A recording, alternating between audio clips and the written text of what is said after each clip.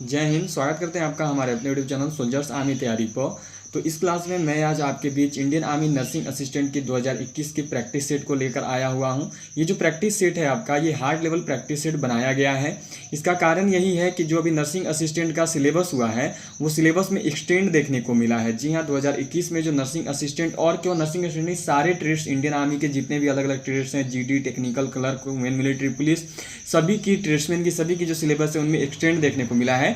तो उसी को देखते हुए जो ये आपका पेपर है वो थोड़ा टफ बनाया गया है। तो मैं आपको इस क्वेश्चन में जो है 35 प्लस क्वेश्चंस का चैलेंज दे रहा हूं। मेरा ये प्रॉमिस है कि अगर आप सब ये इस क्वेश्चन सीरीज का, इस प्रैक्टिस सेट का 35 क्वेश्चन क्रॉस कर पाते हो तो आपका सिलेक्शन 200% फिक्स है। आपको कोई भी इशू होने वाली नहीं है, क्योंकि ये जो देखो ये जो पेपर बनाया गया है ये आपका 28 फरवरी 2021 को जो नर्सिंग असिस्टेंट की एग्जाम हुई थी उसी पर बेस्ड बनाया गया है। जी हाँ, ये जो भी 28 फरवरी 2021 को जो पेपर हुआ था नर्सिंग असिस्टेंट का, जो कि मैंने इसी चैनल पर बताया था। यदि आप सब ना देख पाए हो उस प्रीवियस ईयर पेपर को, 28 फरवरी 2021 का नर्सिंग असिस्टेंट के पेपर को, तो उसका लिंक जो है नीचे डिस्क्रिप्शन बॉक्स में मिल जाएगा। उसी में जो है जो पेपर जिस लेवल के जैसे जैसे क्वेश्चंस आए हुए थे, जिस टॉपिक से आए हुए थे उन सब्जेक्ट्स में, उन्हीं टॉपिक्स के क्वेश्चंस को मैंने शामिल किया हुआ है। सेम एज आप देखोगे कि 28 फरवरी 2021 को जो नर्सिंग असिस्टेंट का एग्जाम हुआ है उसी पे बेस्ड है ये पेपर। क्योंकि देखो अभी जिनका भी एग्जाम अप्रैल में या मई में या 2021 में किसी भी वर्ष किसी भी मंथ में होने वाली है, उनकी जो सिलेबस है वो पूरे के पूरे 28 फरवरी 2021 वाले नर्सिंग असिस्टेंट के पेपर के साथ ही रहने वाली है। तो चलो आपको मैं 35 प्लस क्वेश्चन का चैलेंज दे रहा हूं। अपना आप सब देखते रहना कि आपसे जो है कितने क्वेश्चन सही हो रहे हैं, कितने क्वेश्चन जो हो आप सब सही कर पा रहे हो। चलिए तो शुरू करते हैं। शुरू करने से पहले अगर चैनल पर नए हो तो चैनल को सब्सक्राइब करके बेल आइकन जरूर प्रेस कर दें। जितना हो सके उतने ज़्यादा अपने फ्रेंड्स तक हमारे इस चैनल को जरूर शेयर करें। और हाँ, क्लास को लाइक जरूर कर दें, क्योंकि देखिए आपके लाइक से हमें कुछ बेनिफिट होता नहीं है, बस एक मोटिवेशन मिलती है आपके लाइक को देखते हुए कि आपको जो है वीडियोस पसंद आ रही है, आपको क्लासेस पसंद आ रही हैं। तो क्लास को लाइक जरूर कर दें। चलिए तो शुरू करते हैं और कोशिश करिएगा कि हर क्वेश्चन का आंसर जो है कम से कम 20 से 30 सेकंड के अंदर ही दे दें आप। 20 से 30 सेकंड, उससे ज़्यादा टाइमिंग ना लें। 20 से 30 सेकंड के अंदर जो आप क्वेश्चन का आंसर देने की कोशिश करना लाइव चैट के थ्रू। चलिए तो शुरू कर ली जाए। तो देखो सबसे पहले जो क्वेश्चन नंबर 1 है आपका, ये देखो क्या मैंने 2 लैंग्वेज में लिखा हुआ है। ठीक है, 2 लैंग्वेज में आपको क्वेश्चंस देखने को मिलेंगे। पहला जो लैंग्वेज है वो इंग्लिश और फिर हिंदी, दोनों में मैंने क्वेश्चन पेपर सेट किया। पर कुछ कुछ क्वेश्चंस के जो है वो लैंग्वेज आपको हिंदी में ही मिलेंगे। कुछ कुछ क्वेश्चन है जिनके लैंग्वेज आपको हिंदी में ही देखने को मिलेंगे, लेकिन ज़्यादातर क्वेश्चन को मैंने इंग्लिश एंड हिंदी दोनों रखने की कोशिश की है। चलिए तो क्या दिया हुआ है, फ्लाइंग सिख के नाम से कौन प्रसिद्ध है। तो इस क्वेश्चन का आंसर जल्दी से कीजिए आप सब कि फ्लाइंग सिख के नाम से जो है कौन प्रसिद्ध है। तो यदि आप सब ने आंसर किया है मिल्खा सिंह तो आप सब बिल्कुल सही हो। फ्लाइंग सिख के नाम से जो प्रसिद्ध हैं वो है मिल्खा सिंह जी। मिल्खा सिंह जी को फ्लाइंग सिख के नाम से भी जाना जाता है। चलिए तो अब जल्दी से देख लेते हैं क्वेश्चन नंबर 2 को। तो क्वेश्चन नंबर 2 यहाँ पे देख सकते हो। क्वेश्चन नंबर 2 है आपका कि सरहुल किस राज्य का प्रमुख त्योहार है। यूपी, झारखंड, तमिलनाडु एंड पश्चिम बंगाल। सरहुल जो है किस राज्य का प्रमुख त्योहार है। Sarhul is the main festival of which state. तो इसका जो राइट आंसर है वो है देखो आपका झारखंड। सरहुल जो है वो झारखंड का जो है प्रमुख त्योहार है, झारखंड राज्य का। जिन्होंने भी आंसर बी दिया हुआ है उनका आंसर बिल्कुल सही है। आगे बढ़ते हैं क्वेश्चन नंबर 3 पे। क्वेश्चन नंबर 3 देख सकते हो, दिया हुआ है कि रणजी ट्रॉफी का संबंध किस खेल से है। हॉकी, फुटबॉल, बैडमिंटन या क्रिकेट। तो देखो इस क्वेश्चन का जो राइट आंसर है वो है देखो आपका ऑप्शन नंबर डी। जिन्होंने भी आंसर किया है ऑप्शन नंबर डी क्रिकेट, उनका बिल्कुल सही है। अपने काउंट करते चलिएगा कितने क्वेश्चंस आप सब सही कर पा रहे हो। याद रहे जो जो टॉपिक से क्वेश्चंस इंडियन आर्मी ने 28 फरवरी 2021 के पेपर में पूछा है उसी टॉपिक्स को शामिल किया हुआ है, उन्हीं टॉपिक्स के क्वेश्चन जो आपको देखने को मिल रहे हैं। चलो क्वेश्चन है क्वेश्चन नंबर 4 आपका कि देश में आपातकाल लागू करने का अधिकार किसके पास है। क्वेश्चन नंबर 4 है यहाँ पे, who has the right to impose emergency in country. प्रधानमंत्री, मुख्य न्यायाधीश, राष्ट्रपति या लोकसभा अध्यक्ष। तो जिन्होंने भी आंसर किया ऑप्शन नंबर सी उनका बिल्कुल सही है। जो यहाँ पे प्रेसिडेंट के पास होता है ये लगाने का अधिकार, आपातकाल लगाने का अधिकार, इमरजेंसी रूल करने का। चलिए अब आगे देखते हैं क्वेश्चन नंबर 5। क्वेश्चन नंबर 5 है आपका कि भारतीय मौसम विज्ञान संस्थान कहाँ पर स्थित है। कोलकाता, शिमला, नई दिल्ली या लखनऊ। ये जो है आपसे यहाँ पे पूछा गया है। तो इस क्वेश्चन का जो राइट आंसर है वो है देखो नई दिल्ली। भारतीय मौसम विज्ञान संस्थान जो है आपका यहाँ पे इंडियन इंस्टीट्यूट ऑफ मेट्रोलॉजी जो है वो कहाँ पे है, तो वो आपका नई दिल्ली में है। चलिए अब देख लेते हैं क्वेश्चन नंबर 6 को।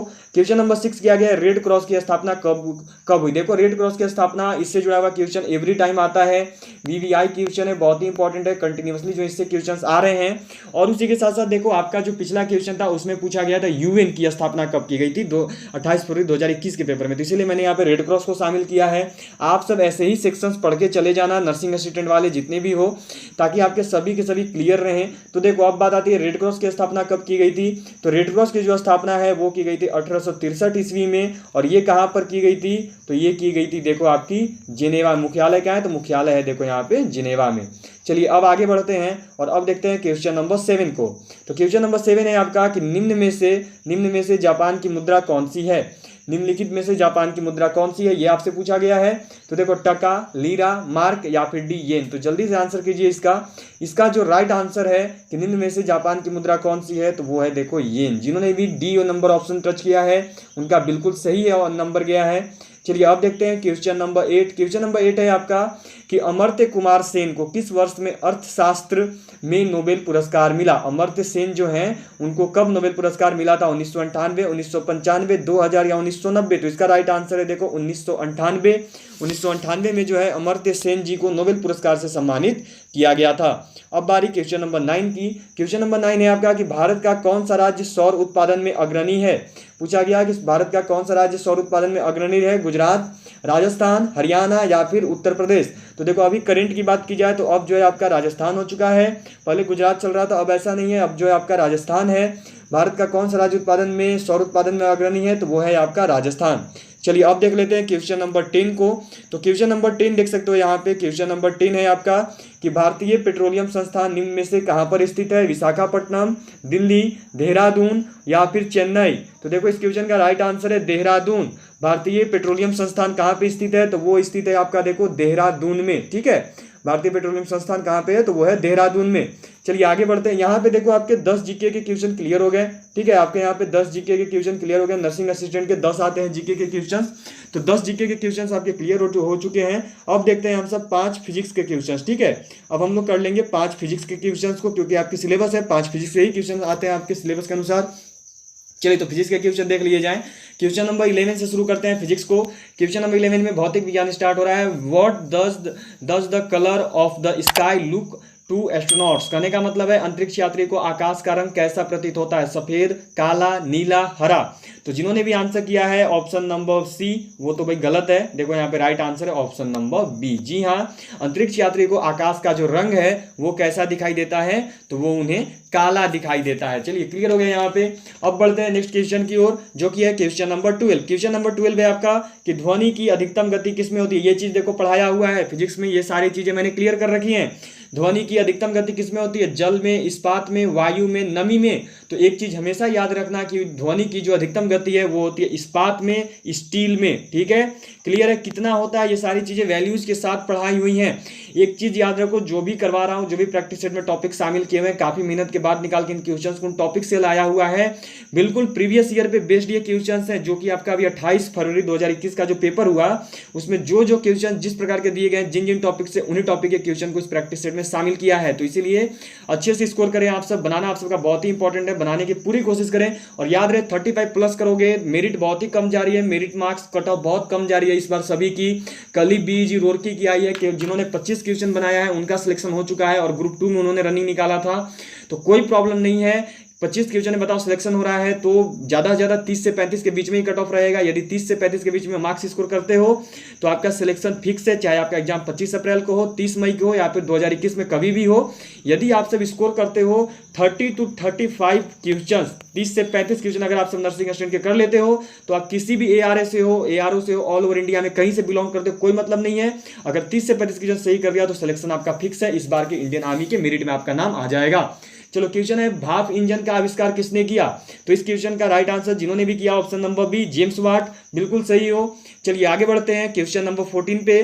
क्वेश्चन नंबर 14 है आपका, देखो खारा पानी विद्युत का होता है, क्या होता है, कुचालक, सुचालक, अर्धचालक, कोई नहीं, क्या होता है। तो देखो जो खारा पानी है, सलाइन वाटर जो है, वो आपका विद्युत का सुचालक होता है, कंडक्टर होता है। ठीक है, चलिए आगे बढ़ते हैं क्वेश्चन नंबर 15 पे। क्वेश्चन नंबर 15 किया गया, पारसेक किसकी मापन इकाई है? तारों की सघनता की, खगोलीय दूरी की, खगोलीय पिंडों की चमक की, या फिर तारों का कक्षीय वेग की। तो ये चीज पढ़ाया हुआ है। जो आपका पारसेक है वो किसकी मापन इकाई है? तो ये है देखो खगोलीय इकाई, खगोलीय दूरी की। खगोलीय दूरी की मापन इकाई कौन सी है? तो वो है देखो पारसेक। चलिए 15 क्वेश्चन हो चुके हैं, जिसमें से हम सभी ने 10 कर लिया जीके का, ठीक है, 10 जीके क्लियर्ड, 5 हो गए अपने फिजिक्स के, 5 फिजिक्स भी क्लियर्ड। अब बारी 5 मैथ के क्वेश्चंस की। सेक्शन सी ओपन कर रहा हूं, 5 मैथ देख लेते हैं अब हम सब। चलिए तो 5 मैथ, देखो जो भी मैथ के क्वेश्चंस हैं वो बिल्कुल आपकी जो अभी 28 फरवरी 2021 की पेपर हुई है उस पे बेस्ड बनाया है। जिस टॉपिक से उन्होंने 28 फरवरी 2021 में क्वेश्चन पूछा था वही टॉपिक केवल शामिल किया है, एक्स्ट्रा कुछ भी नहीं किया हुआ है। चलो क्वेश्चन है, एक कुर्सी को 873 रुपए में बेचने पर विक्रेता को 10% की हानि होती है, कुर्सी का क्रय मूल्य कितना है? ये क्वेश्चन है, ठीक है। चलो क्या दिया हुआ है, एक कुर्सी को 873 रुपए में बेचने पर, 873 रुपए में क्या कर रहा है, बेच रहा है, मतलब कि सेलिंग प्राइस, विक्रय मूल्य, एसपी सेलिंग प्राइस कितना है, विक्रय मूल्य कितना है? तो विक्रय मूल्य है देखो आपका 873, ठीक है। पूछा क्या है, हानि, हानि देखो दिया हुआ है, हानि है 10%। अब देखो पूछा है क्रय मूल्य, तो क्रय मूल्य मतलब होता है कॉस्ट प्राइस, ठीक है। कॉस्ट प्राइस इक्वल टू क्या हो जाएगा आपका, कि फॉर्मूला होता है देखो यहाँ पे 100, ठीक है, फॉर्मूला होता है 100 बाई में आपका होता है कि जितना उसने, देखो मानो उसको हानि कितना का हुआ था, 10% का हुआ था। अब उसने मानो किसी भी चीज को 100% में खरीदा होगा, ठीक है, उस पर उसको 10% का हानि हो गया, तो उसको कितना पड़ा, तो उसको कितना पड़ेगा, तो 90% पड़ेगा, ठीक है। 10 घटा दो उसमें से तो कितना हो गया, यहाँ पे हो जाएगा 90। जब लाभ होता है तो जितना लाभ होता है उतना बढ़ाते हैं, ऊपर में 100 हमेशा रहेगा, याद रखिएगा। कॉस्ट प्राइस जब भी निकालेगा तो ऊपर में 100 हमेशा रहेगा, नीचे में जो यदि लाभ होगा तो जितना का लाभ होगा उतना बढ़ा देंगे, यदि हानि होगा तो जितना का हानि होगा उतना घटा देंगे।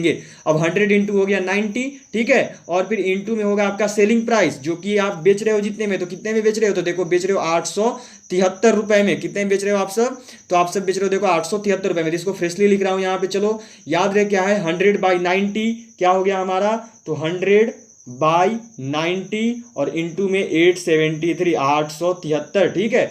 ये देखो 0 से 0 कट गया, 9 से जो 873 है वो कितनी बार में कटेगा, तो 97 टर्म में। 97 इंटू 10 करोगे तो आपका आएगा 970। अपना राइट आंसर है ऑप्शन नंबर सी। ये चीज पढ़ाया हुआ है, और इससे अभी नहीं भरोसा है तो जो नीचे डिस्क्रिप्शन बॉक्स में लिंक दे रखा है जाकर देख लेना। सेम एज ऐसा ही क्वेश्चन लाभ हानि से दे रखा है 28 फरवरी 2021 के पेपर में, जो मैंने लाइव सोल्व करवाया था। चलिए अब देखते हैं क्वेश्चन नंबर 17 को। क्वेश्चन नंबर 17 है 120 का 40% ज्ञात करें। बोलोगे इतना इजी क्वेश्चन क्यों, तो इसका रीजन यही है, आपको पिछले क्वेश्चन जो देखोगे जाके नर्सिंग असिस्टेंट के 28 फरवरी 2021 के पेपर को, उसमें जो है उसने दिया था 60 का 20% निकालने के लिए, तो उसी को मैंने एक्सटेंड करके चेंज करके किया 120 का 40%। कहने का मतलब है टोटली पिछले सिलेबस पर ही बनाया है, क्वेश्चन पेपर जो 2021 में आई है उस पर बेस्ड बनाया है। चलो इसमें आपको ऑप्शंस देखने को नहीं मिल रहे होंगे, क्योंकि देखा पिछले क्वेश्चन में सोल्व करने में प्रॉब्लम आ रही थी, स्पेस की कमी हो रही थी, इसीलिए यहाँ पे नहीं दिया है। चलो क्वेश्चन है 120 का 40% ज्ञात करें। बिल्कुल इजी क्वेश्चन है। क्या है यहाँ पे 120 का मतलब गुना, 40% हटाओगे तो नीचे आएगा बट्टा में 100, ये 0 से ये 0, ये 0 से ये 0, 12 गुना 4 कर दो, 12 चौक कितना होता है, तो 12 चौक होता है देखो 48। कितना आंसर आएगा, 48 रुपीज। 120 का 40% कितना है, तो 120 का 40% है 48 रुपया, ठीक है। क्लियर हो गया। अब आगे बढ़ते हैं, अब देखते हैं क्वेश्चन नंबर 18 को। चलो क्वेश्चन नंबर 18 है 10 खिलौने 10 लड़कियां 45 खिलौनों को पैक करने में 10 घंटे का समय लगाती हैं, तो 10 घंटे में 90 खिलौनों को कितनी लड़कियां मिलकर पैक करेंगी। ये जो है क्वेश्चन है सेम है, जैसा ही क्वेश्चन दे रखा था पिछले प्रीवियस जो अभी 28 फरवरी का पेपर था उसमें भी उसी पे इसे लाया हुआ है। चलो तो क्या होती है ये चीज, ये टॉपिक बहुत अच्छे से पढ़ाया है। मैथ का तो मैं देख रहा हूँ जो भी क्वेश्चन आता है सारी की सारी पढ़ाई हुई है। चलो क्या है आपका, देखो सबसे पहले यहाँ पे देखो 2 स्टेटमेंट, इस चैप्टर को बनाने का जो तरीका 2 स्टेटमेंट। पहला हो गया 10 लड़कियां 45 खिलौने 10 घंटे, ये फर्स्ट स्टेटमेंट, और सेकंड स्टेटमेंट है 10 घंटे 90 खिलौने। तो यहाँ पे क्या होता है फॉर्मूला, देखो हम लोग करते हैं M1 M2, M1 होता है, सॉरी M1, ठीक है। उसके बाद होता है देखो आपका यहाँ पे क्या, तो W1, और फिर होता है W2, फिर होता है D2, M1 W1 D1, ठीक है। क्या होता है, तो ये चीज पढ़ाया हुआ है देखो M1 W1 D1 ये होता है, और अगला में होता है देखो M2 D2 W2। तो M1 में जो पहला स्टेटमेंट में जो भी चीज मिल रहा है, तो M1 मतलब मीन्स कितने आदमी, तो यहाँ पे लड़कियां हैं मतलब कि 10, M का वैल्यू हो जाएगा 10, W1 मतलब वर्क कितना काम हो रहा है, तो देखो पहला स्टेटमेंट में 45 खिलौने बनाने का काम रहा, तो W1 हो गया यहाँ पे कितना 45, और D1 मतलब समय, दिन घंटा ये होता है, तो D1 यहाँ पे कितना लग रहा है, पहला स्टेटमेंट में 10 घंटा, तो ये सब मिला हुआ है M2। अब देखो क्या बोला 10 घंटे में, तो ये हमें D2 पता है इसका कि 10 घंटा हो गया D2, 90 किलो ने वर्क पता है कितना W2 तो 90 किलो, लेकिन M2 पता नहीं है, M2 हमें निकालनी है तो ये निकालेंगे। अब क्या फॉर्मूला होता है इसका, ये फॉर्मूला देख लो पहले आप सब। तो फॉर्मूला होता है, देखो यहाँ पे फॉर्मूला क्या है, तो फॉर्मूला है आपका M1 into D1 by W1, ठीक है, इक्वल टू में होता है M2 D2 और बाई में होता है W2। ये जो है आपका टोटल फॉर्मूला होता है, इसी पर जो है ये सोल्व होता है। तो M1 कितना है, तो देखो M1 है हमारा यहाँ पे 10, ठीक है। फिर उसके बाद D1 कितना है, तो D1 है देखो 10 घंटा, तो ये 10 हो गया। और W1 कितना है, तो W1 देखो दिया हुआ है 45 खिलौने, तो यहाँ पे हो गया 45, इक्वल टू में M2 देखो हमें पता नहीं, M2 निकालनी है, इनटू में चलेंगे। D2 कितना है, तो D2 वापस यहाँ पे भी है देखो 10 घंटे ही, और बाई में कितना हो गया, तो बाई में हो गया 90 खिलौने। वर्क कितना है, तो 90 खिलौनों का, ठीक है। यहां तक जब कर लोगे तो समझ चुके हो। अब क्या करनी है, तो सिंपल सा इन्हें कट करना है आपको। तो क्या आ रहा है, चलो अब इसे अच्छे से करते हैं। तो क्या आया था हमारा टोटल, तो टोटल था देखो यहाँ पे कि 10 खिलौने पैक कर रही थी, ठीक है। 10 लड़कियां मिलकर क्या कर रही थी, तो 10 लड़कियां, ठीक है, क्या कर रही थी, तो देखो 10 लड़कियां 10 घंटे में कितने खिलौनों को पैक कर रही थी, 45 खिलौनों को। तो इक्वल टू में क्या आ गया, तो अब हो गया देखो यहाँ पे M1 हमें पता नहीं है, M2 पता नहीं है, तो M2 हो गया इनटू में। अब देखो कितना हो, D2 है देखो 10 घंटा, ठीक है, और W1 कितना है 90। चलो अब कट करो, क्या आएगा, तो सबसे पहले तो देखो यहाँ पे ये 5 से कट कर देते हैं, 5 से 9 बार में, और ये देखो 5 से कितनी बार में कट होगा, तो 2 बार में, ठीक है। अब कौन कट होगा, तो अभी जो है आपका कोई और कट होने वाला नहीं है। यहाँ देखो ये 0 से 0 कट हो गया। अब क्या करो, तो 9 को भेज दो इस ओर, ये जो 9 है इसको भेज दो यहाँ पे, ठीक है। तो क्या आ गया, तो देखो 10 इंटू 2 क्या आएगा, देखो यहाँ पे 10 इंटू 2 इंटू में जो ये वाला 9 है ये नीचे है, तो ये ऊपर आएगा ना, ये ऊपर आएगा यहाँ पे देखो 9। अब यहाँ पे क्या, नीचे एक और 9 है, तो नीचे एक और 9 हो गया, ये वाला 9। अब ये 9 से 9 जो है दोनों कट जाएंगे, 9 से 9। तो M2 इक्वल टू कितना आ गया, तो M2 इक्वल टू देखो आपका आ गया 10 गुना 2, मतलब टोटल कितना हो गया, तो M2 इक्वल टू टोटल हो गया आपका 20 आंसर, मतलब कि 20 लड़कियां मिलकर 10 घंटे में 90 खिलौनों को पैक करेंगी। चलिए क्वेश्चन नंबर 18 हो गया। अब देख लेते हैं क्वेश्चन नंबर 19। तो 19 नंबर सवाल दिया हुआ है कि एक स्कूटर सवार 36 किलोमीटर प्रति घंटे की चाल से 1 मिनट में कितनी दूरी तय करेगा। ये जो है देखो यहाँ पे आपको दे रखा है। चलो तो क्या दिया हुआ है, चाल कितनी है पहले ये यहाँ पे देख लेते हैं, ठीक है। चाल कितनी है पहले हम लोग ये देख लेते हैं। तो देखो चाल कितना मिला हुआ है, तो चाल यदि बात करूं चाल की, तो चाल कितनी है, तो हमें जो है यहाँ पे देखो चाल कितना मिला हुआ है, तो चाल देखो हमें मिला हुआ है, यदि बात करूं चाल की, तो चाल कितना मिला हुआ है, तो चाल मिला हुआ है देखो 36 किलोमीटर, यही मिला हुआ है ना, 36 किलोमीटर प्रति घंटा, मतलब कि x इक्वल टू हो गया 36 किलोमीटर प्रति घंटा। अब आपको देखो बताना है मिनट में, आपको किसे बताना है, तो आपको देखो आंसर लाना है मिनट में, आपको बताना है मिनट में। तो मिनट में बताने का आंसर क्या होता है, फॉर्मूला ये सारी चीजें पढ़ाई हुई हैं। मिनट में बताने का जो फॉर्मूला होता है वो होता है देखो x kilometre per hour equal to में होता है x इंटू 5/18, ये होता है फॉर्मूला, ठीक है। अब क्या यहाँ पे पीछे लग जाता है मीटर पर सेकेंड, ठीक है, मीटर प्रति सेकेंड। एक्स की जगह पे तो जितने की चाल से चल रहा था, कितने की चाल से चल रहा था, तो देखो 36 किलोमीटर प्रति घंटे की चाल से चल रहा था, तो एक्स की जगह पे हो गया 36 इंटू में 5/18, कट कर दो 2 बार में ये जाएगा, ठीक है, 5 दूनी 10, मतलब कि 10 मीटर पर सेकेंड, ठीक है। 1 सेकेंड में कितना जाएगा, तो 1 सेकेंड में जाएगा 10 मीटर, पता चल गया। 1 सेकेंड में कितना मीटर जाएगा, तो 1 सेकेंड में जो है ये आपका जाएगा 10 मीटर, ठीक है। क्लियर हो गया। यहाँ पे कितना आ रहा है, तो आ रहा है देखो 10 मीटर पर सेकेंड, ठीक है। कितना आया हमारा है देखो 10 मीटर पर सेकेंड, मतलब 1 सेकेंड में जाएगा 10 मीटर, लेकिन हमसे पूछा है 1 मिनट में, हमसे पूछा क्या 1 मिनट में, तो 1 मिनट में हमने निकालना है, और हमारा आ रहा है कि 1 सेकेंड में जो है 10 मीटर जाएगा, तो 1 मिनट में टोटल होता है देखो 60 सेकेंड, ठीक है। और कितना मीटर जा रहा है 1 सेकेंड में, तो 10 मीटर, तो 60 गुना 10 कर दो, मतलब कि टोटल कितना मीटर जाएगा, तो टोटल जो है ये आपका चला जाएगा कितना मीटर, तो ये आपका चला जाएगा यहाँ पे देखो 600 मीटर, ठीक है। कितना जाएगा 1 मिनट में, तो ये जो 1 मिनट में जाएगा 600 मीटर। चलिए क्लियर हो गया। अब इसे इरेज कर रहा हूं और अब देख लेते हैं क्वेश्चन नंबर 20, 20 नंबर सवाल। 20 नंबर सवाल है कि यदि एक वृत्त की त्रिज्या 14 सेंटीमीटर है तो वृत्त की परिधि ज्ञात करें। यदि एक वृत्त की त्रिज्या 14 सेंटीमीटर है तो वृत्त की परिधि ज्ञात करें। ये जो है यहाँ पे देखो आपको क्वेश्चन दिया हुआ है त्रिज्या, ठीक है, क्या दिया, त्रिज्या दे दिया, मतलब कि r इक्वल टू कितना हो गया 14, और वृत्त की परिधि इक्वल टू फॉर्मूला होता है 2πr, परिधि इक्वल फॉर्मूला होता है 2πr, यही होता है फॉर्मूला, बेसिक सा फॉर्मूला है कि फॉर्मूला होता है आपका देखो 2πr, कितना हो गया 2 इंटू 22/7 और गुना में r कितना है तो r है देखो 14। इसको कट कर दो, ये चला जाएगा 2 बार में। यहाँ कितना रहा है तो 2 गुना 22 गुना 2 करके देख लो कितना आएगा तो 2 गुना 22 गुना 2, 22 दूनी 44 और 44 गुना 2 करोगे ये 44 है। कितना हो गया तो 88, मतलब कि राइट आंसर कितना है तो 88 सेंटीमीटर। परिधि कितनी होगी तो परिधि होगी 88 सेंटीमीटर। चलिए क्लियर हो गया। अब देखते हैं क्वेश्चन नंबर 21। तो अपना यहाँ पे देखो 10 जीके का कंप्लीट हो गया, 5 फिजिक्स का और 5 जो है अपना मैथ का कंप्लीट हो गया। अब देखते हैं क्वेश्चन नंबर 21 21 नंबर सवाल को। तो क्वेश्चन नंबर 21 21 नंबर जो सवाल है वो देख सकते हो यहाँ पे कि दूध का रंग जो है वो सफेद किसके कारण से होता है। पूछा गया है कि दूध का रंग जो है सफेद किसके कारण से होता है। तो इसका जो राइट आंसर है ये है देखो केसिन है। ठीक है, दूध का रंग जो पीला है, दूध का रंग जो पीला होता है वो होता है देखो कैरोटीन की वजह से। याद रखना, दूध का जो रंग पीला होता है वो होता है कैरोटीन की वजह से, लेकिन जो सफेद होता है वो होता है केसिन की वजह से। याद रखना है। चलिए आगे बढ़ते हैं। क्वेश्चन नंबर 22 15 का केमिस्ट्री क्वेश्चन चल रहे हैं हमारे अभी। ठीक है, तो अब बारी क्वेश्चन नंबर 22 में इलेक्ट्रॉन पर आवेश होता है। इलेक्ट्रॉन पर कौन सा आवेश होता है, which charge is on an electron. तो यहाँ पे देखो इसका जो राइट आंसर है कि आपका इलेक्ट्रॉन पर कौन सा आवेश होता है तो इलेक्ट्रॉन पर जो आवेश होता है वो होता है देखो ऋणात्मक। इलेक्ट्रॉन पर कौन सा आवेश होता है तो इलेक्ट्रॉन पर आवेश होता है ऋणात्मक।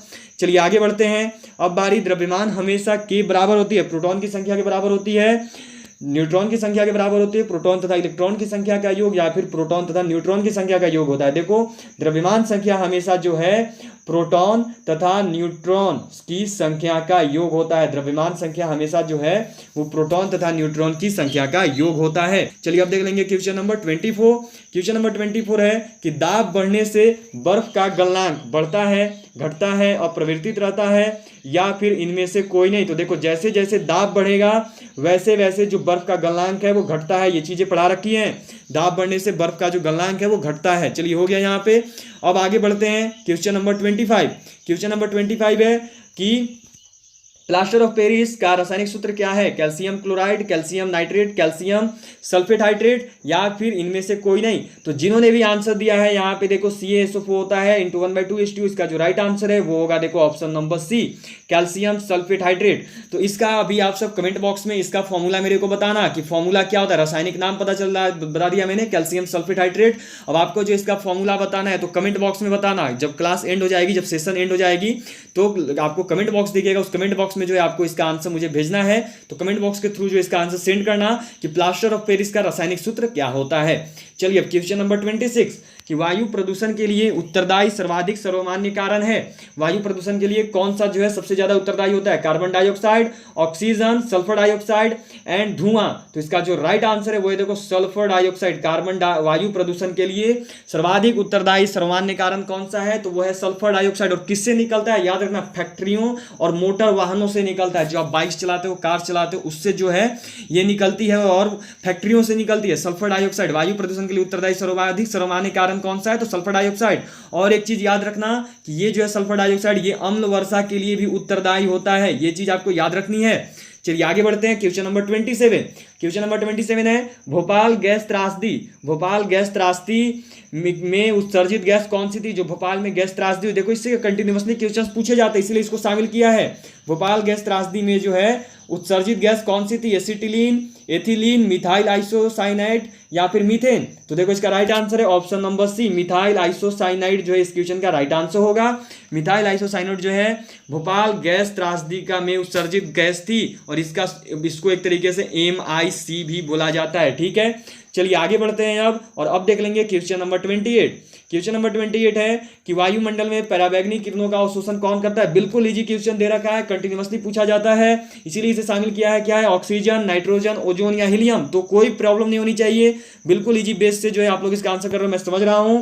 इसका जो राइट आंसर होगा वो देखो है ऑप्शन नंबर सी, ओजोन। जी हाँ, वायुमंडल में पराबैंगनी किरणों का अवशोषण कौन करता है तो वो है देखो ओजोन। अब क्वेश्चन नंबर 29 29 नंबर सवाल, एक चमकदार अधातु है, वैसे अधातु के बारे में बताना है जो कि चमकदार है। ठीक है, कौन सा, सोडियम, आयोडीन, सल्फर या फास्फोरस। अब देखो यहाँ पे हीरा होता तो बताना काफी इजी था, लेकिन हीरा नहीं है सोडियम, आयोडीन, सल्फर और फास्फोरस। तो इसका राइट आंसर है देखो आयोडीन। आयोडीन कमरे के तापमान पर भी चमकता है। आयोडीन जो है एक अधातु है और ये चमकदार अधातु है। चलिए अब देखते हैं क्वेश्चन नंबर 30, कौन सा तत्व सूर्य में सर्वाधिक पाया जाता है। बताना है कि कौन सा जो तत्व है वो सूर्य में सर्वाधिक पाया जाता है। चलो क्वेश्चन नंबर ये हो चुका था क्वेश्चन नंबर 29, कौन सा तत्व जो है सूर्य में सर्वाधिक पाया जाता है। Hydrogen, oxygen, argon, krypton. तो जिन्होंने भी आंसर किया हाइड्रोजन, बिल्कुल सही है, बिल्कुल अच्छे कर रहे हो आप सब आंसर्स, बहुत अच्छी बात है। चलिए अब देखते हैं क्वेश्चन नंबर 31, 31 नंबर सवाल को। तो 31 नंबर क्वेश्चन है आपका क्वेश्चन नंबर 31 कि गलने को प्रक्रिया को भी कहा जाता है। गलने की प्रक्रिया को क्या कहते हैं, पूछा गया, प्रीवियस क्वेश्चंस में से शामिल किया इसे। क्वेश्चन नंबर 31 है, गलने की प्रक्रिया को क्या कहते हैं। संगलन, यशदलेपन, कृष्णीकरण, वाष्पीकरण। तो देखो गलने की प्रक्रिया को जो है संगलन कहा जाता है। ठीक है, चलिए आगे बढ़ते हैं क्वेश्चन नंबर 32 पे। क्वेश्चन नंबर 32 है आपका, भंडारण बैटरी में क्या प्रयोग किया जाता है। जो भंडारण बैटरी होती है उसमें क्या प्रयोग होता है, स्टोरेज बैटरीज में, तांबा, सीसा, जिंक या टीन। तो इस क्वेश्चन का जो राइट आंसर है वो है देखो ऑप्शन नंबर बी। जी हाँ, बी इस क्वेश्चन का राइट आंसर है, सीसा। सीसा जो है भंडारण बैटरी में प्रयोग किया जाता है। चलिए अब देख लेंगे क्वेश्चन नंबर 33 को। क्वेश्चन नंबर 33 है, गैसों के विसरण का नियम किसने प्रतिपादित किया। प्रीवियस क्वेश्चन है, पूछा हुआ क्वेश्चन है, नर्सिंग असिस्टेंट में ही पूछ रखा है। गैसों के विसरण का नियम किसने प्रतिपादित किया, ग्राहम, रोहर, रदरफोर्ड या डार्विन। तो देखो इस क्वेश्चन का राइट आंसर है गैसों के विसरण का नियम जो है दिए थे ग्राहम ने। ग्राहम ने जो है इसे जारी किया था, प्रतिपादित किया था गैसों के विसरण का नियम। चलिए अब देखते हैं क्वेश्चन नंबर, यहाँ पे जो है आपको देखो अब देख लेते हैं हम सब क्वेश्चन नंबर 34। तो चलो क्वेश्चन नंबर 34 जो है आपका वो यहाँ पे देखोगे आप सब, क्वेश्चन नंबर 34 मिला हुआ है आपको कि वायु में नाइट्रोजन कितना प्रतिशत होता है। बताना है कि जो वायु होती है उसमें वो नाइट्रोजन कितना प्रतिशत होता है। तो यहाँ पे जो है आपसे क्वेश्चन किया गया है कि वायु में नाइट्रोजन जो है वो कितना प्रतिशत होता है। तो इस क्वेश्चन का जो राइट आंसर है वो है देखो यहाँ पे जिन्होंने भी आंसर किया है ऑप्शन नंबर सी को, बहुत सही हो। वायु में नाइट्रोजन जो है 78.03% होता है। अब देख लेते हैं क्वेश्चन नंबर 35, साधारण नमक का रासायनिक सूत्र कौन सा होता है। प्रीवियस ईयर्स में कंटिन्यूअसली पूछे जाने वाला क्वेश्चन है, साधारण नमक का रासायनिक सूत्र कौन सा होता है। NaCl, H2O, MgCl, CaO। तो देखो जो आपका साधारण नमक का रासायनिक सूत्र है वो कौन सा है, तो वो है आपका देखो बेसिक सा क्वेश्चन है NaCl, सोडियम क्लोराइड। और याद रखना इसको इस प्रकार से लिखते हैं 2NaCl, सोडियम क्लोराइड को NaCl2 मत समझना, ये लिखते हैं इसको, याद नाम रखना सोडियम क्लोराइड। और एक बात, यदि चैनल पे नए हो तो चैनल को सब्सक्राइब करके बेल आइकन जरूर प्रेस कर दें। यदि कोई फ्रेंड्स प्रिपरेशन कर रहे हो उन्हें भी जरूर शेयर करें हमारे इस वीडियो को, और वीडियो को लाइक जरूर करें। चैनल को सब्सक्राइब करके आगे भी हमारे साथ जुड़े रहें। सारी अपडेट्स मिलेंगी आपको आर्मी से related, and SSC GD and army की क्लास एवरीडे आ रही है, तो दोनों टाइम सभी जुड़ो, चैनल को सब्सक्राइब करके जरूर रख देना। चलिए अब देख लेते हैं क्वेश्चन नंबर 36 को। ठीक है, क्वेश्चन नंबर 36 से जो है अपना बायोलॉजी सेक्शन शुरू हो रहा है यहाँ से, और अब 15 क्वेश्चन जो हमारे बचे हुए हैं बायोलॉजी के वो हम सब करने वाले हैं।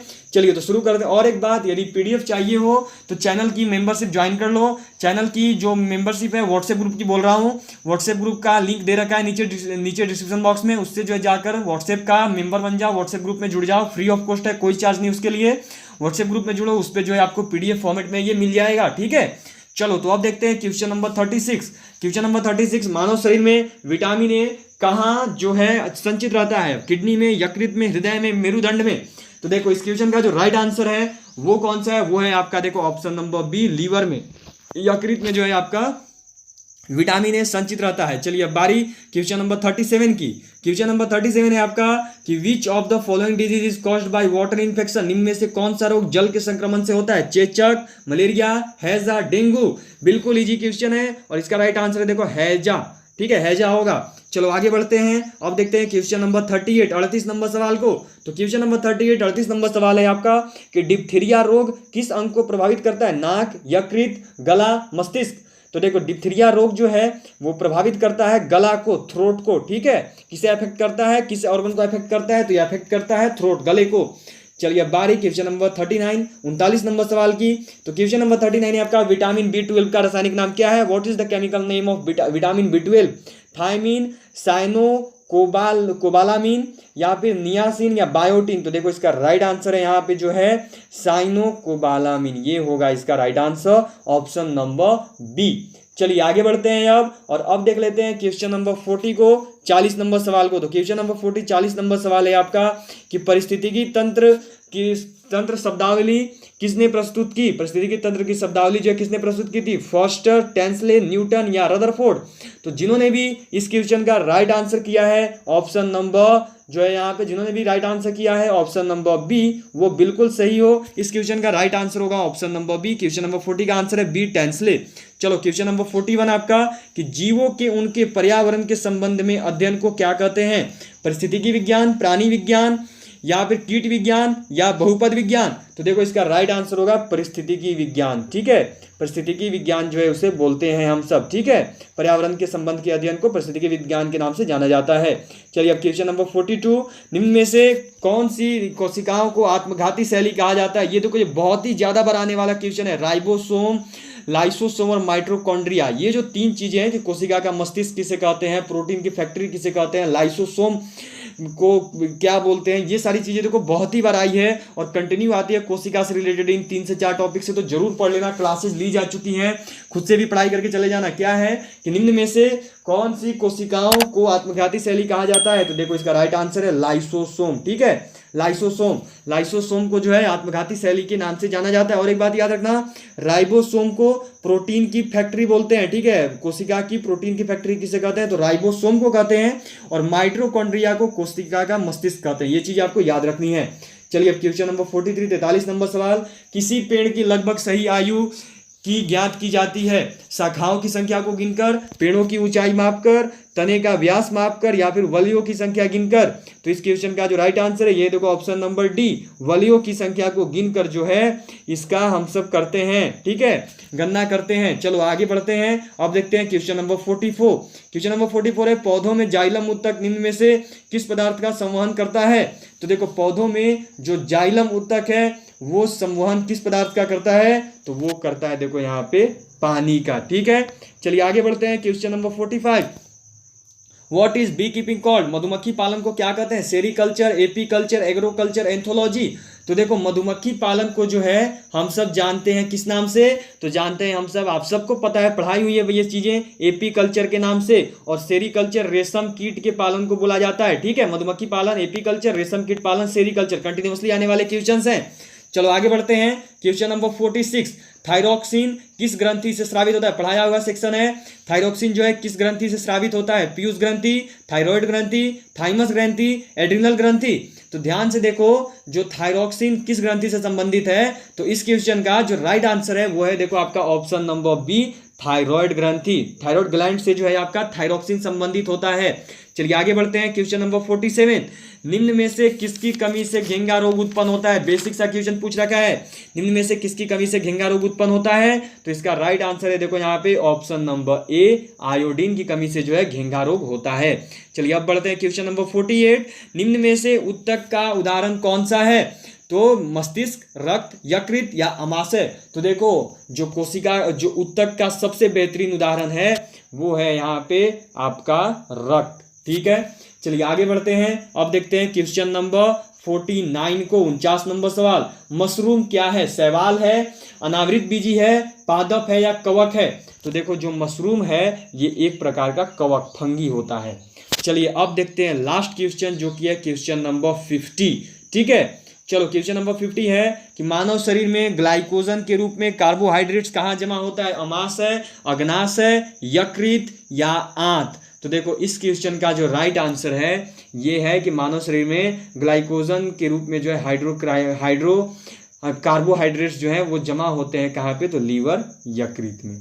चलिए क्लियर हो गए, 50 क्वेश्चंस क्लियर हैं। कमेंट बॉक्स में जरूर बताना कि आपके कितने सही हुए, अभी नहीं बतानी है, कमेंट बॉक्स में बताइएगा। जब ये लाइव सेशन एंड होगा तब इसके बाद आपको कमेंट बॉक्स में बताना है। कमेंट बॉक्स में जरूर बताना कि क्या होगा इसका, आपका 50 में से आपने कितने सही किए नर्सिंग स्टूडेंट वालों ने। चलिए तो अभी के लिए इतना ही, मिलेंगे आपसे किसी नए और अपडेट के साथ जल्दी अपनी क्लासेस में, जो कि एवरीडे सुबह 8 बजे मैथ की आती है एंड शाम 4 बजे SSC GD की प्रीवियस ईयर की क्लास आती है। तो अभी के लिए इतना ही, मिलूंगा आपसे कल सुबह 8 बजे मैथ की क्लासेस में। तब तक के लिए जय हिंद एंड जय भारत।